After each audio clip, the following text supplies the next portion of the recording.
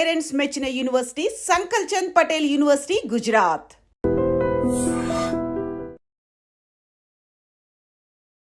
నమస్తే, welcome to I dream. మనతో పాటు ఉన్నారు ప్రముఖ herbalist and traditional healer Anjaneya Raju గారు. ఈరోజు వారితో మాట్లాడి కీళ్ళ నొప్పి లేదా కీళ్ళ వాతం వీటి గురించి అడిగి తెలుసుకునే ప్రయత్నం చేద్దాం. ఎందుకు వస్తాయి? ఇప్పుడు జనరేషన్లో చూసుకుంటే 30 సంవత్సరాల నుంచినే కూడా, అంటే చిన్న వయసు నుంచినే ఈ కీళ్ళ నొప్పులు కానీ నడుము నొప్పి అనేసి చెప్తూ ఉంటారు. దానికి కారణాలు ఏంటి, దానికి ఎలాంటి ఆహారం తీసుకోవాలి, అంటే ఎలాంటి జాగ్రత్తలు తీసుకోవాలి, దీని గురించి సార్ని అడిగి తెలుసుకుందాం. నమస్తే సార్. నమస్తే అమ్మా.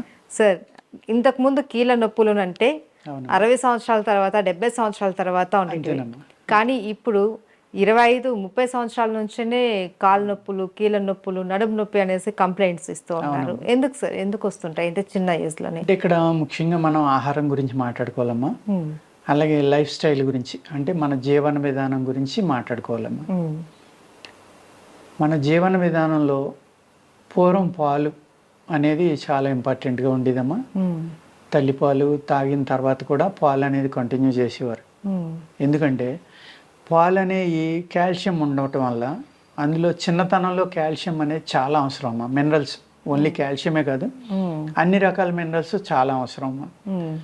చిన్నతనంలో ఏం చేస్తున్నారంటే ఇప్పుడు రకరకాల పౌడర్లు వచ్చేసినాయి అమ్మ. కంపెనీలు అమ్మే పౌడర్లు, ఎన్నో రకాల పౌడర్లు వచ్చేసినాయి. ఆ పౌడర్స్ వాడుతున్నారు. అవి నిల్వ ఉన్నాయి అమ్మ, ఎన్నో సంవత్సరాల నుంచి ఉంటాయి. 6 నెలలు, సంవత్సరం, 3 నెలలు ఇలాగ. పూర్వం ఏం చేసేవారంటే అప్పటికప్పుడు అన్ని రకాలు కలిపి పప్పులు, పెసరపప్పు, మినపప్పు, కందిపప్పు ఇలాంటి కొద్దిగా లైట్గా వేపించి పౌడర్లు చేసి కానీ, అన్నీ తల కాస్త వేసి కానీ ఒక అత్తేసరి అన్నం లేక వండటం, లేకపోతే ఈ పౌడర్ని ఉడకబెట్టి అందులో అన్నం కలిపి చెయ్యి తడిసిపోయేటంత నూనె, నెయ్యి కలిపి కానీ ఆ పిల్లలకి పెట్టడం. గోరుముద్దలు అనేది ఉండేదమ్మా, మేగడ కలిపి. ఇవన్నీ కూడా హైలీ మినరల్లో మంచి హై ప్రోటీన్, విటమిన్స్ తోటి కూడిన ఫుడ్ అమ్మ అది అప్పట్లో పెట్టేది. ఇప్పుడు అవి ఏం పెట్టట్లా, రకరకాల ఫుడ్స్ వచ్చేసినాయి అమ్మ. ఇవి కూడా ఉపయోగపడుతున్నాయి, బాగానే ఉపయోగపడుతున్నాయి పిల్లల గ్రోత్లో కానీ ఇంకోటి కానీ. అక్కడ అసలు ఫలితం లేదని నేను చెప్పట్లేదమ్మా, కానీ అది న్యాచురల్గా వచ్చినాయి. ఏమో కొంచెం నిల్వ ఉండటానికి ప్రిజర్వేటివ్స్ అని ఇంకోటని ఇవన్నీ కలపడానికి ఏదైతే అవసరమో ఆ సెల్స్ని విడదీసి, ఏదైతే ఒక ఇంగ్రీడియంట్ ఉందమ్మా అందులో హ్యూమన్ బాడీకి ఏది ఉపయోగపడుతుందని ఆ సెల్ మ్యాప్ నిడదీసి, జీన్ మ్యాప్, ఆ సెల్ని తీసుకుని దాన్ని ఇందులో కలపడం వల్ల ఫైబర్ అనేది నష్టం అవుతుంది.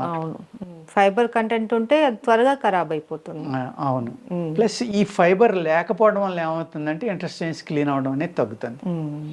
అదేవిధంగా ఈ డెఫిషియన్సీ ఉన్న ఆహారాలు, అంటే ఏ అయితే కావాలో అవి తినకుండా అనేక రకాల కొత్త రకం ఫుడ్స్ వచ్చేసినాయి అమ్మ.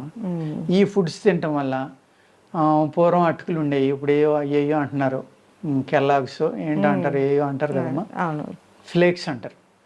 ఆ కార్న్ ఫ్లేక్స్ అని, ఆ ఫ్లేక్స్ అని, ఈ ఫ్లేక్స్ అని అయ్యో కల్పిస్తున్నారమ్మా. అలా కాకుండా పూర్వం ఏం చేసేవారంటే ఈ నెయ్యి ఎప్పుడైతే చక్కని మేగడ, నెయ్యి, పెసరపప్పు, కందిపప్పు ఇవన్నీ అందులో ఉండేయో అద్భుతమైన ప్రోటీన్, విటమిన్ ఆహారం ఉండేదమ్మా. అదేవిధంగా ఈ సైకిల్ తొక్కేవారు తప్ప స్కూటర్లు లేకపోతే కార్లు ఇలాంటివి లేవు. ఇవాళ ఒక 200 మీటర్స్ వెళ్ళాలన్నా బండి తీస్తున్నారమ్మ. పూర్వం నడిచి వెళ్ళేవాళ్ళు. 200 మీటర్స్ కాదు, 5 కిలోమీటర్స్, 10 కిలోమీటర్స్ ఇలా నడిచేవారు. కష్టం అనేది ఎక్కువ ఉండేదమ్మా పూర్వం. ఆ కష్టపడడం వల్ల ఆహారం ఏ సీజన్లో వచ్చే ఆ సీజను కల్మషం లేని ఆహారం, ఏదైతే ఈ కెమికల్స్, పురుగు మందులు, ఎరువులు లేని ఆహారం తిన్నారో అది భూమిలో కూడా అద్భుతమైన శక్తి ఉండేదమ్మా. ఎందుకంటే ఆవు పెంట కానీ, దోళ్ల పెంటలు కానీ ఇలాంటివే బలం కోసం, పంట పండించడం కోసం పొలాల్లో వాడేవారమ్మ. ఇప్పుడు అనేక రకాల కెమికల్స్ వాడేస్తున్నారు. ఆ కెమికల్స్ ఆహారంలోకి వచ్చేసి ఆ కెమికల్స్ వల్ల మన ఆరోగ్యాలు పాడైపోతున్నాయి. ఎముకలు అనేవి తొందరగా వీక్ అయిపోతున్నాయి. ఎముకల్లో గట్టిదనం ఉండట్లేదమ్మా. అదేవిధంగా స్వీట్ కార్న్ చాలా ప్రమాదం అమ్మా, బ్రాయిలర్ చాలా ప్రమాదం. ఇవన్నీ కూడా గ్రోత్ ప్రమోటర్స్ ఉన్నాయి. ఇవన్నీ కూడా ఈ తినటం వల్ల ఏమవుతుంది, మనుషులు అయితే మంచి హైట్ అవుతున్నారు, చూడడానికి బాగానే ఉంటున్నారు. ఒక 4 అడుగుల నుంచి కిందకి దూకితే కాళ్ళు ఇరిగిపోతున్నాయి, బలం లేక, ఎముకల్లో గట్టిదనం లేక. మేము 20 అడుగుల నుంచి చాలా ఈజీగా దూకేవాళ్ళం. గంతులు వేసేవాళ్ళం, చెట్లు ఎక్కేవాళ్ళం, చెట్టు మీద నుంచి దూకేసేవాళ్ళం, గోడల నుంచి దూకేవాళ్ళం. అప్పుడు గోడలు కూడా 10 అడుగులు ఉండేవమ్మా. ఇప్పుడు 10 అడుగులు అక్కర్లేదమ్మా, 5-6 అడుగుల నుంచి కిందకు దూకిన వెంటనే కాళ్ళు ఇరిగిపోవడమో, ఎముకలు తప్పుకోవడమో ఏదో ఒకటి జరుగుతుంది. అంటే స్లిప్ అయితే చాలు బోన్ ఫ్రాక్చర్ అయిపోతుంది. బోన్ ఫ్రాక్చర్ అయిపోతాను, చాలా దారుణంగా మల్టిపుల్ ఫ్రాక్చర్స్ అయిపోతున్నాయి. 1-2 కూడా కాదు, 1 కాదు. అప్పట్లో ఎవరికి ఇరిగే కాదు, ఓ మాదిరి దెబ్బ తగిలిన ఏదో కాపడం పెట్టేసుకుని ఏముందలేని ఒక కట్టుకుని తిరిగేసేవారు, తగ్గిపోయి. అంటే హీలింగ్ కెపాసిటీ కూడా అంత ఎక్కువ ఉండేది, గట్టిదనం అనేది ఉండేది. అలాగే ఈ వాత వ్యాధులని అప్పుడు ఉన్నాయి, ఇప్పుడు ఉన్నాయమ్మా. కొంతమంది ఏమో 84 వాతాలు అంటారు, కొంతమంది 80 వాతాలు అంటారమ్మా. ఈ వాతాల్లో అనేక రకాల వాతాలమ్మా. అందులోనే మీరు అడిగినట్టుగా కీళ్ళవాతం అని, దాన్ని రొమటాయిడ్ ఆర్థరైటిస్ అంటారు, లేకపోతే ఆస్టియోపోరోసిస్ అని, ఇంకోటని, లేకపోతే ఎముకలు మెత్తబడిపోయినాయి. ఆస్టియోపోరోసిస్ ఏమవుతుందమ్మా, ఎముకలు మెత్తబడిపోతాయి, నడుస్తూ ఉండగా ఇరిగిపోతాయి ఎముకలు. ఈ విధమైన అనేక రకాల ప్రాబ్లమ్స్ వస్తున్నాయమ్మా. ఈ పూర్వం కూడా ఉండేవి, కానీ చాలా తక్కువ పర్సంటేజ్లో ఉండి. పూర్వం అసలు ఏమీ లేవు, ఇప్పుడు కొత్తగానే వచ్చినాయి అని నేను చెప్పట్లేదమ్మా. పూర్వం కూడా ఇవన్నీ ఉండేవి, కానీ ఇప్పుడు ఏమవుతుందంటే తొందరగా ఎఫెక్ట్ అయిపోతుంది. మీరు అడిగినట్టుగా క్వశ్చన్లో 60 ఏళ్ళు 50 ఏళ్ళు దాటిన వాళ్ళకి కీళ్ళ నొప్పులు అంటే ఓకే అనుకున్నాడు. ఇప్పుడు కొన్ని మా కేసెస్ వస్తాయండి అమ్మ, 17-18 ఏళ్ళకే అసలు నన్ను పడుకునేట్లేదండి, కూర్చొనివ్వట్లేదు, నాకు నడు నొప్పి అని వస్తాడు, ఒకళ్ళు మెల్ల నొప్పి అని వస్తారు, ఒకళ్ళు చేతుల నొప్పులు అని వస్తారు. ఎందుకంటే ఎక్సర్సైజ్ లేకపోవడం ఒకటమ్మా, ఎండలో తిరగకపోవడం, సుఖపడిపోవటం మనిషి. అసలు 10 అడుగులు వేయాలన్నా బండి తీయటం వెళ్ళడం. పూర్వం రైతులు నడిచి తప్ప పొలం వెళ్ళేవారు కాదమ్మా.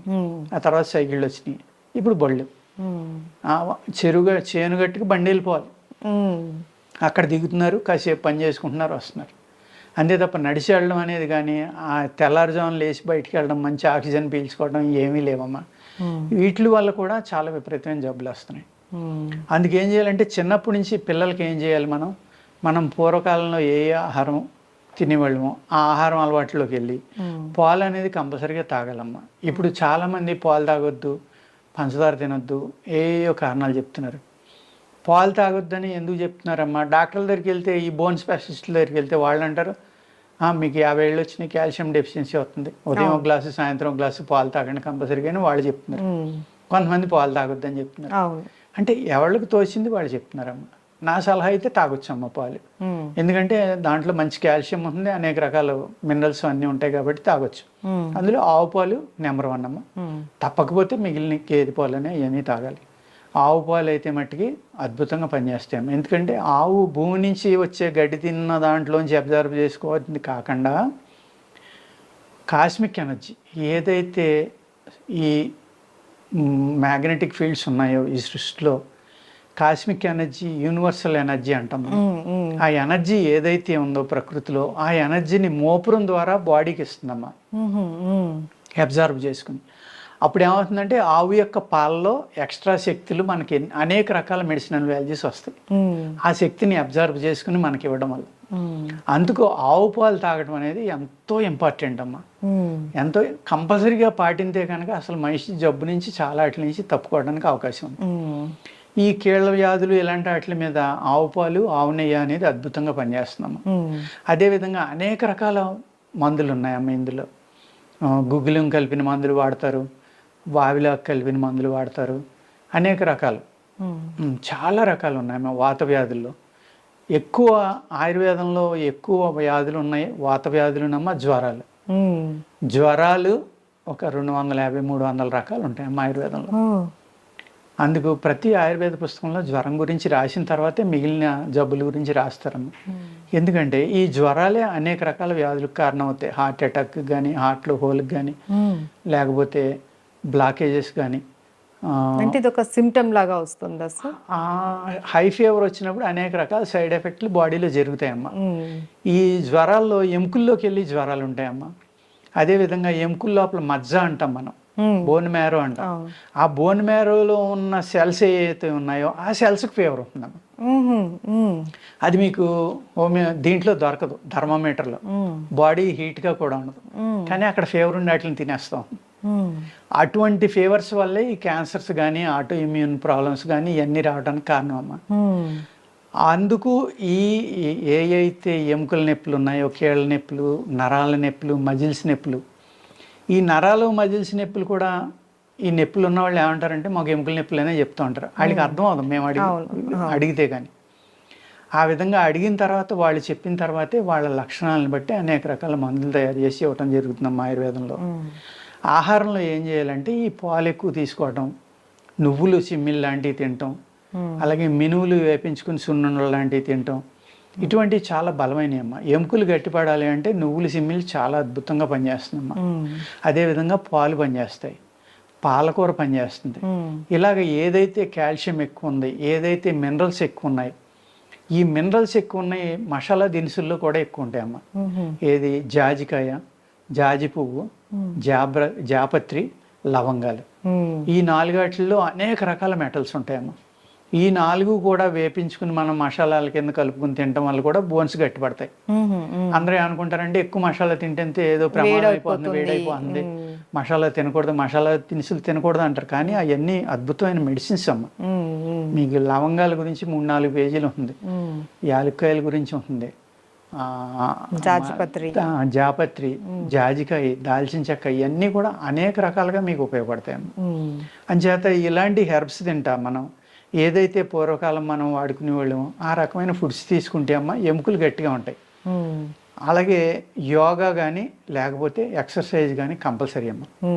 అవి చేసినప్పుడు ఈ నొప్పుల నుంచి విముక్తి చాలా బాగా దొరుకుతుంది. సరైన ఫుడ్, వ్యాయామం, ఈ 2 జాగ్రత్తగా పాటించమ్మా. మంచి మందులు వాడుకుంటే ఈ ఏదైతే కీళ్ళ వ్యాధులు, ఆటో ఇమ్యూన్ ప్రాబ్లమ్స్ అంటే మీరు అడిగారు కదా కీళ్ళవాతం అని, దాన్ని రొమటాయిడ్ ఆర్థరైటిస్ అంటారు, ఆస్టియోపోరోసిస్, ఇవన్నీ కూడా ఆటో ఇమ్యూన్ ప్రాబ్లమ్స్ అమ్మా. వాటికి మందులు లేవని చెప్తారు, జీవితాంతం ఏదో బిళ్ళమింగండి పెయిన్ కిల్లర్ అని చెప్తారు. అలా కాకుండా రూట్లోంచి తీసేయడానికి అవకాశం ఉందమ్మా. తీసేసి పూర్తిగా తగ్గించడానికి కూడా అద్భుతమైన అవకాశాలు హోమియోపతిలో ఉన్నాయి, సిద్ధాలో ఉన్నాయి, ఆయుర్వేదంలో ఉన్నాయి, యునానీలో ఉన్నాయి. ఇవన్నీ కూడా ప్రకృతి సిద్ధమైన వైద్య విధానాలు కాదమ్మా. అలాగే వేల సంవత్సరాల నుంచి వచ్చిన వైద్య విధానాలు. ఇది ఋషులు యోగులు తయారు చేసిన సిస్టమ్ కాబట్టి వాళ్ళకి అన్నీ తెలుస్తాయి. కాబట్టి దాన్ని మనం వాడుకుంటే కనుక ఈ వాత వ్యాధులు బ్రహ్మాండంగా తగ్గుతాయి అమ్మ. ఓకే, అది thank you so much sir. నమస్తే అమ్మా.